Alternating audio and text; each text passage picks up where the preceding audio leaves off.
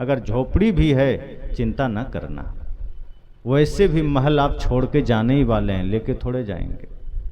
शरीर पर अगर कम कीमत के कपड़े हैं ज़्यादा चिंता न करना, वैसे भी जब शमशान जाएंगे ना तो बेटा पोता आपका शरीर का कीमती वस्त्र उतार लेंगे।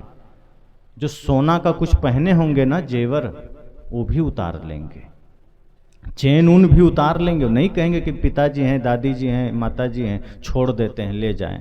नहीं, वो जानते हैं कि शरीर तो मिट्टी हो गया, ये सोना तो रख लें, कम से कम ये चैन तो रख लें, ये अंगूठी तो रख लें। साथ नहीं देंगे, लेकिन आपके जीवन में जो भक्ति का आभूषण होगा, जो ज्ञान का आभूषण होगा, वो दुनिया का कोई शक्ति आपसे छीन नहीं सकता।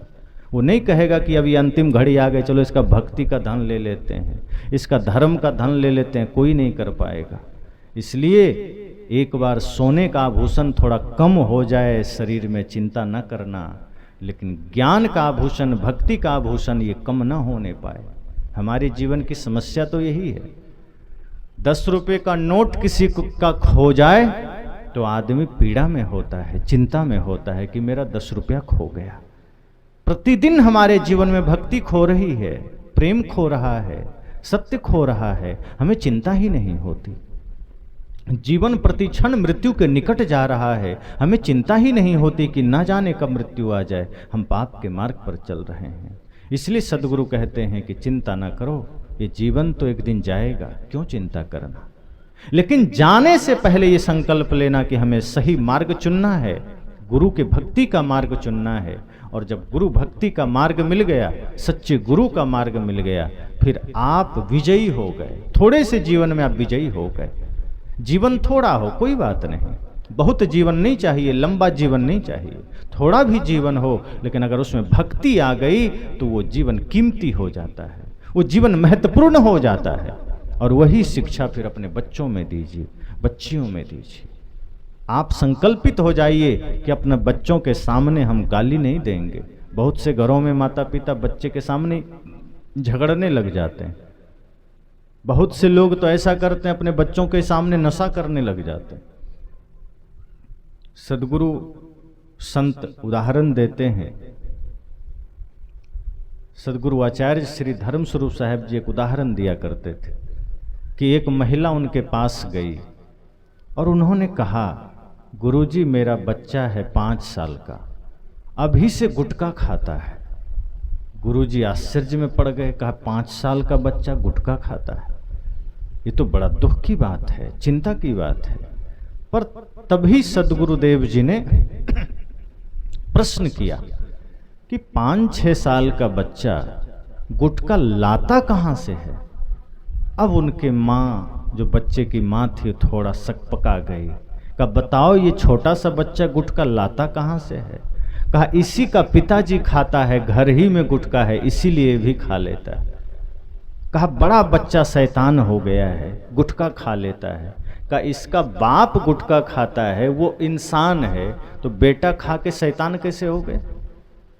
इसका मतलब है बाप खुद शैतान है, तभी तो बेटा शैतान हुआ, दुकान से तो नहीं लाया। जब इसका पिता खुद गुटखा खा रहा है तभी तो बेटा खाया। और 6 साल का बच्चा, 5 साल का बच्चा गुटखा खाने सीखा कहाँ से। फिर गुरुजी ने पूछा, ये बताओ तुम भी खाती हो। तो सिर झुका कर कहती है, कभी कभी हम भी खा लेते हैं। कहा जब माता पिता दोनों ही शैतान बने हो तो बच्चा क्या बुद्ध बनेगा। जब खुद ही तुम हिंसा और नशा के मार्ग पर हो, खुद ही व्यभिचार के मार्ग पर हो, खुद ही गलत मार्ग पर हो, तो बच्चे को समझते हो कि यह भगत सिंह बनेगा। अगर तुम रावण बने बैठे हो तो बेटा तुम्हारा मेघनाद बनेगा, लवकुश नहीं बन सकता है। अगर तुम चाहते हो तुम्हारा बेटा श्रवण कुमार बने, भगत सिंह बने, चंद्रशेखर आजाद बने, राम बने, तो माता पिता को भी उस योग्य बनना होगा। तुम ये नहीं सोच सकते कि हम कुछ भी करें बच्चों के सामने और बच्चा बुद्ध बन जाए। अब आप सोचते हैं बच्चा शराब ना पिए और आप रोज पी रहे हैं। अब आप सोचते हैं बच्चा दूध पिए, गंगा जल पिए, तो आप शराब पीना छोड़ देंगे तो बच्चा भी छोड़ देगा, शायद पिएगा ही नहीं। लेकिन आप जो करते हैं वो बच्चा करता है। वो सीखता कहीं से भी है तो आपके ही बीच से, वो बाहर जाके नहीं सीखता। विद्यालय में भी कुछ सीख लेता है, घर में ज़्यादा सीखता है, विद्यालय में सीखता है, मित्रों के साथ सीखता है। इसलिए वो आपकी जिम्मेदारी है कि आप बच्चों के सामने नशा न करिए, बल्कि करिए ही मत, गाली मत दीजिए, झगड़े मत करिए, अच्छी बातें सिखाइए, उसको अच्छे संस्कार दीजिए, महापुरुषों की जीवनियाँ पढ़ाइए। जब अपने बच्चों को सुबह शाम आप महापुरुषों की जीवनियाँ पढ़ाएंगे तो शायद आपके बच्चे धीरे धीरे अपना रोल मॉडल बदल सकें।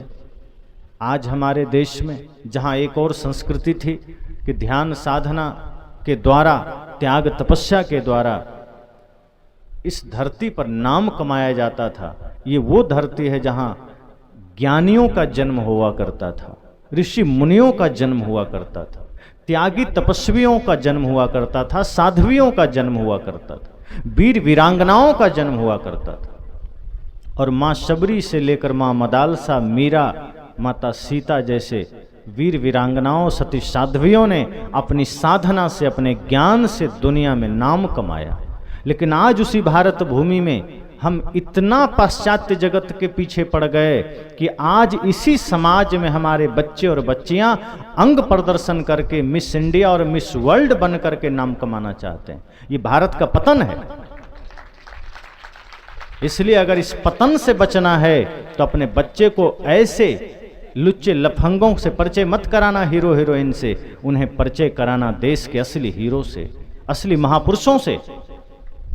अगर कभी दिखाना हो तो सदगुरु कबीर के चित्र के सामने ले जाना बच्चे को उंगली पकड़कर और बताना कि ये वो महानतम सदगुरु हैं, संत सम्राट हैं, संत शिरोमणि हैं, जिन्होंने दुनिया को ज्ञान की शिक्षा दी है, विज्ञान की शिक्षा दी है, प्रेम की शिक्षा दी है, समस्त मानवता की शिक्षा दी है, समस्त सृष्टि से प्रेम की शिक्षा दी। इनको पढ़ो तो शायद आपके बच्चे के जीवन में भी वो धर्म की ज्योति जल जाए। अपने बच्चों की उंगलियां पकड़कर वीर वीरांगनाओं के तस्वीर की ओर इशारा करना और बताना कि ये वे लोग हैं जो स्वार्थ नहीं, देश को आगे रखा, व्यक्तिगत जीवन को नहीं, इन्होंने मानवता को आगे रखा और देश के लिए, मानवता के लिए स्वयं को न्यौछावर कर दिया। तो शायद आपके बच्चे में वो भक्ति जागृत हो सके कि वो राष्ट्र के लिए सोच सके। आज आप परिचय भी कराते हैं बच्चों से, क्या कहते हैं? छोटा बच्चा है, ये दादा है, दादी है, मामा है, मामी है, मौसा है, यही तो परिचय कराते हैं। ये तुम्हारी गाड़ी है, थोड़ा बड़ा हुआ देखो ये तुम्हारा खेत है, थोड़ा और बड़ा हुआ देखो ये तुम्हारा बैंक बैलेंस है। इससे ज़्यादा आप क्या परिचय कराते हैं? आप उसे कभी परिचय ही नहीं कराते कि ये भारत तुम्हारा देश है, ये भारत की संस्कृति है, ये भारत की मर्यादा है, ये राम है, ये कृष्ण है, ये बुद्ध है, ये महावीर हैं, ये आप कभी सिखाते ही नहीं। ये लक्ष्मीबाई हैं, ये भगत सिंह है, ये सारे परिचय आप देते ही नहीं हैं। आप उसे अपने रिश्ते नाते सिखा दिए, धन दौलत सिखा दिए, अब वो बच्चे बड़े होकर उसी के पीछे भाग रहे हैं। और आप कहते हैं क्या करें, बच्चे बात नहीं मानते। आपने उसे शिक्षा ही वही दिया है। जिस दिन आपने महापुरुषों की जीवनियाँ पढ़ाना शुरू कर दिया, बचपन से ही इसमें राष्ट्र भक्ति जागृत हो जाएगी, माता पिता गुरु की भक्ति जागृत हो जाएगी। इसलिए सदगुरु कहते हैं मन को जगाइए, मन को निर्मल करिए, मन को पवित्र करिए, दूसरा कोई उपाय नहीं। मन गंदा रहेगा कुछ नहीं कर पाएंगे। आगे साहब क्या कहते हैं? आसन मारी गुफा में बैठे, मनुआ चौदिस धाये, भव तारक घट बीच विराजे, खोजन तीरथ जाए। आसन मार लिए, अब बहुत लोग नियम बना लिए सुबह मंदिर जाना है। अब मंदिर में गए, ओम जय जगदीश हरे, अब भीतर हो रहा है घर में धन लक्ष्मी बढ़े। इससे ज़्यादा मंदिर में क्या मांग रहे हैं? मंदिर में भी गए तो धन के लिए ही गए, जगत कामना के लिए कहाँ जाते हैं?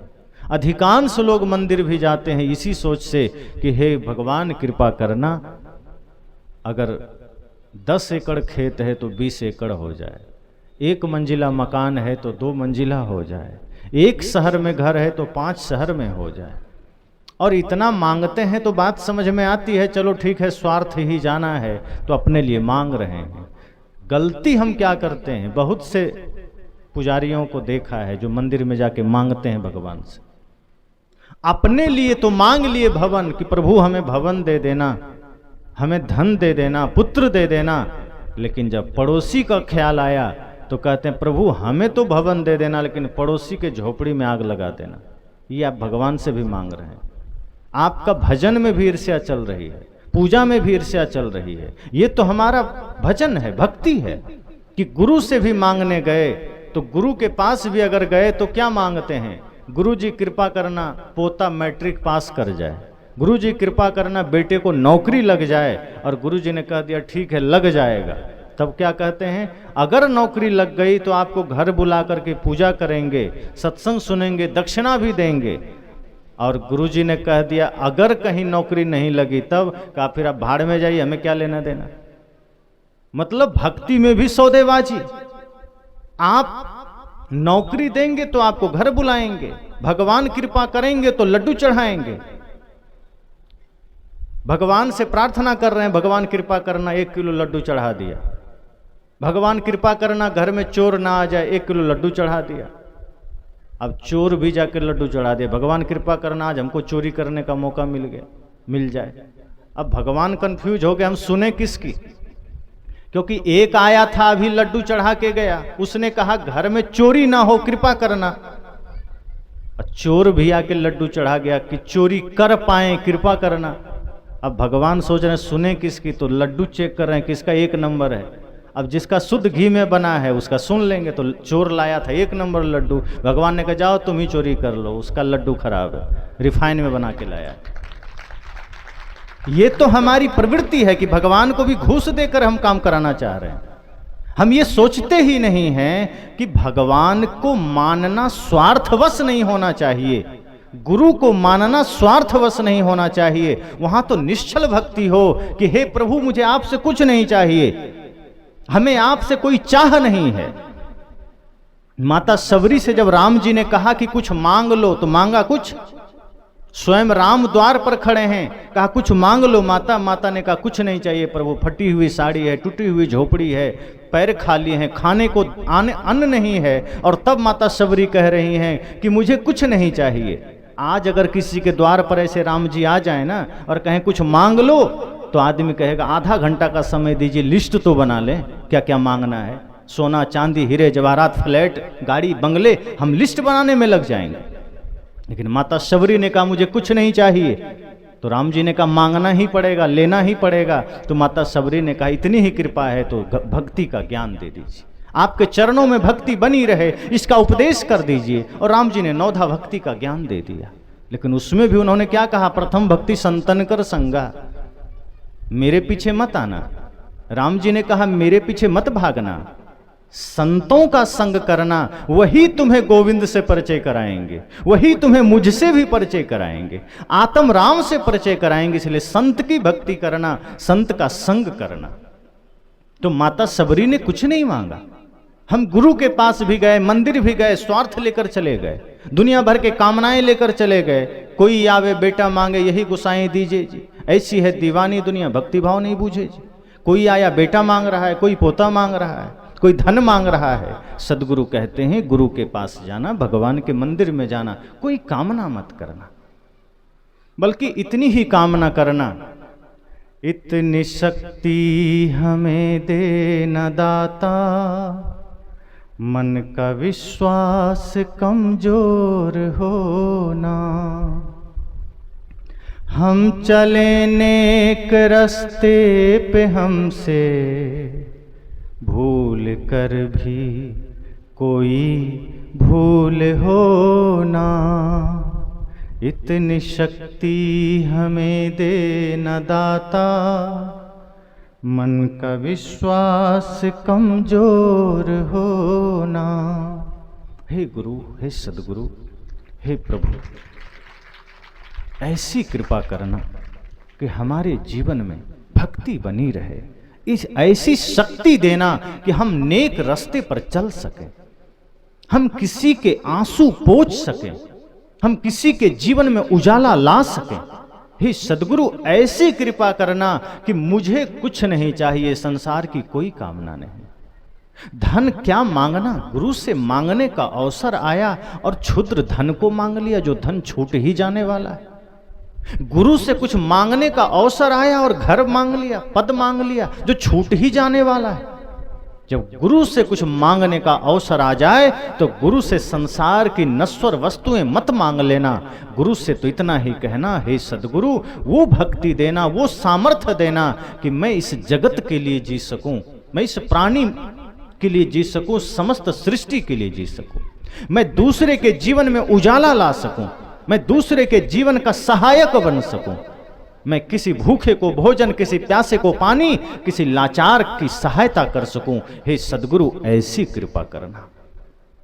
तो पूजा भी करते हैं गुरु की हो चाहे भगवान की हो, मंदिर जाएं चाहे सत्संग में जाएं, स्वार्थ मत पालिए कि हमें दुनिया की दौलत चाहिए।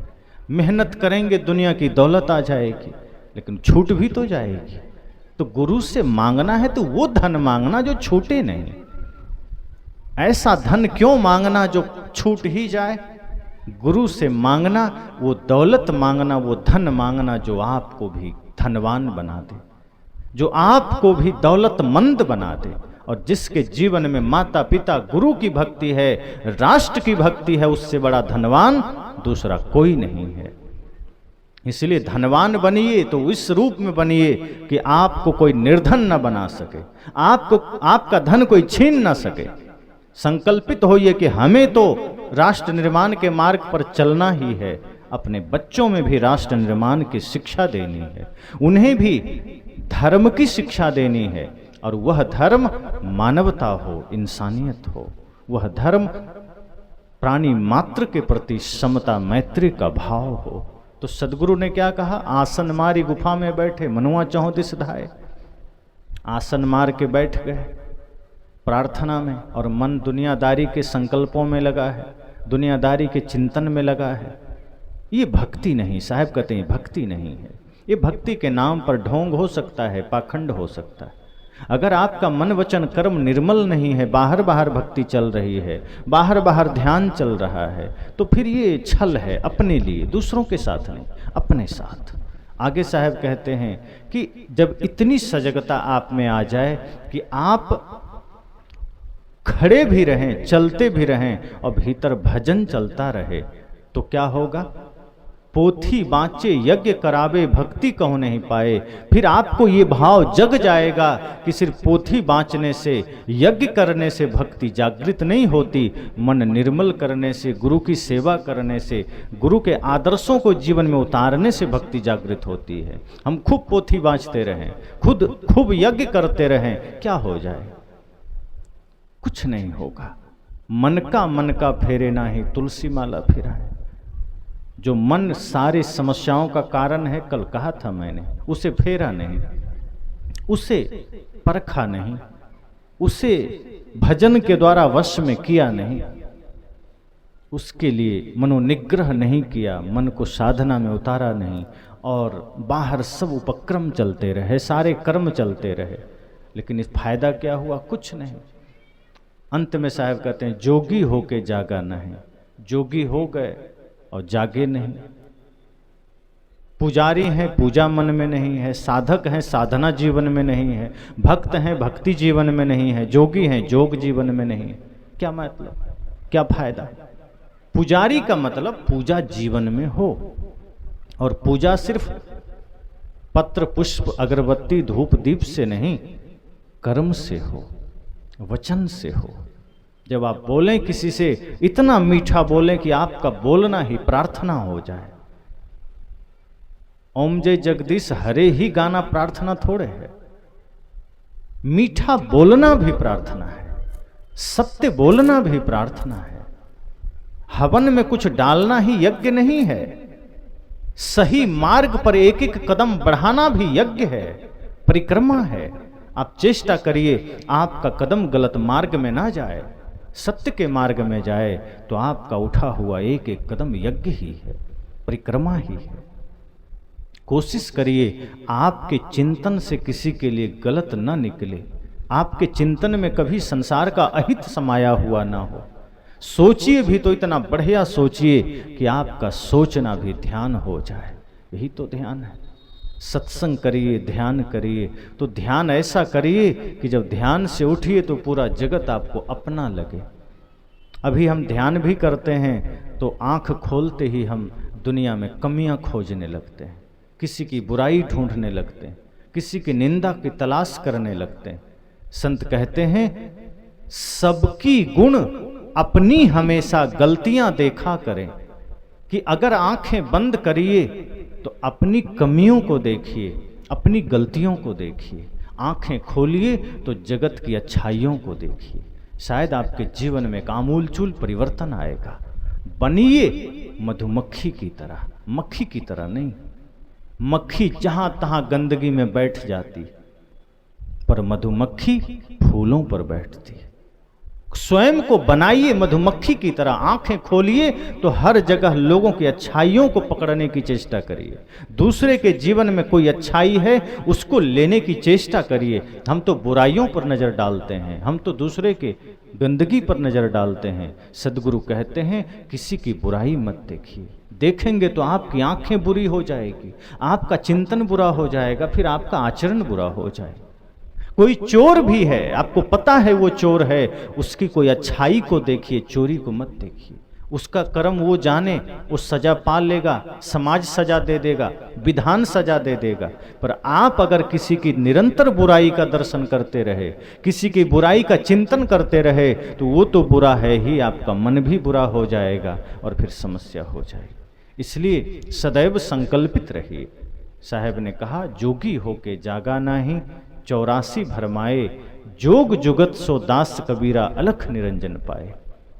अगर जागे नहीं, होश में नहीं आए तो ये जीवन चला जाएगा। ये जीवन अगर खो गया तो दोबारा पता नहीं मनुष्य शरीर मिले न मिले। पक्का फल जो गिर पड़ा बहुरी न लागे डार। अगर एक बार फल गिर गया तो दोबारा डार में नहीं लगेगा। तो ये जीवन मिला है, सचेत हो जाइए, सजग हो जाइए। मैंने कहा कि सदगुरु कबीर हमें वह शिक्षा देते हैं कि मन को साधना है, मन को ज्ञान के रंग में रंगना है। और जिस दिन मन ज्ञान भक्ति वैराग्य के रंग में रंग गया, आप संसार में थोड़ा भी जिएंगे तो सम्मानित होकर जी सकेंगे। और यहाँ से जब जाएंगे तो पीड़ित होकर नहीं जाएंगे, सम्मानित होकर जाएंगे, आनंदित होकर जाएंगे। और फिर आपकी वही शिक्षा छोटे छोटे बच्चों के जीवन में उतरेगी और पुनः आपके आंगन में कोई भगत सिंह बन सकता है, कोई चंद्रशेखर आजाद बन सकता है, कोई लक्ष्मीबाई बन सकती हैं, कोई मीराबाई बन सकती। चेष्टा यही करिए, स्वयं को साधिए, स्वयं को बदलिए और अपने बच्चों के जीवन में महापुरुषों की जीवनियों को पुनः उतारिए। वरना आपके बच्चे हीरो हीरोइन के चक्कर में, क्रिकेटर के चक्कर में बिगड़ जाएंगे, समाज बिगड़ जाएगा, देश बिगड़ जाएगा। आने वाली पीढ़ियां कहेगी कि हमारे पूर्वजों ने तो हमें बिगाड़ दिया। ये कलंक लेकर धरती से मत जाइए, स्वयं को बनाइए। बच्चों के जीवन में भी वही नैतिकता का भाव जागृत करिए, राष्ट्र सेवा का भाव जागृत करिए। छोटे छोटे बच्चे इतना संकल्प लो कि अपने जीवन में हमें भगत सिंह जैसा बनना है, थोड़ा जीना है, देश के लिए जीना है, माता पिता गुरु के लिए जीना है, समाज के लिए जीना है। गलत मार्ग पर हमें नहीं जाना। गलत मार्ग पर जाकर के आप रावण बन सकते हैं, कंस बन सकते हैं। गलत मार्ग पर जाकर के आप कसाब की तरह बन जाएंगे, लादेन की तरह बन जाएंगे। लेकिन ध्यान रखना, अगर आप धर्म के मार्ग पर हैं, माता पिता गुरु की आज्ञा में चल रहे हैं, तो आप भी भगत सिंह की तरह सम्मानित हो सकते हैं, आप भी अब्दुल कलाम की तरह सम्मानित हो सकते हैं। आपको तय करना है कि आपको भगत सिंह की तरह बनना है कि लादेन की तरह बनना है। बस।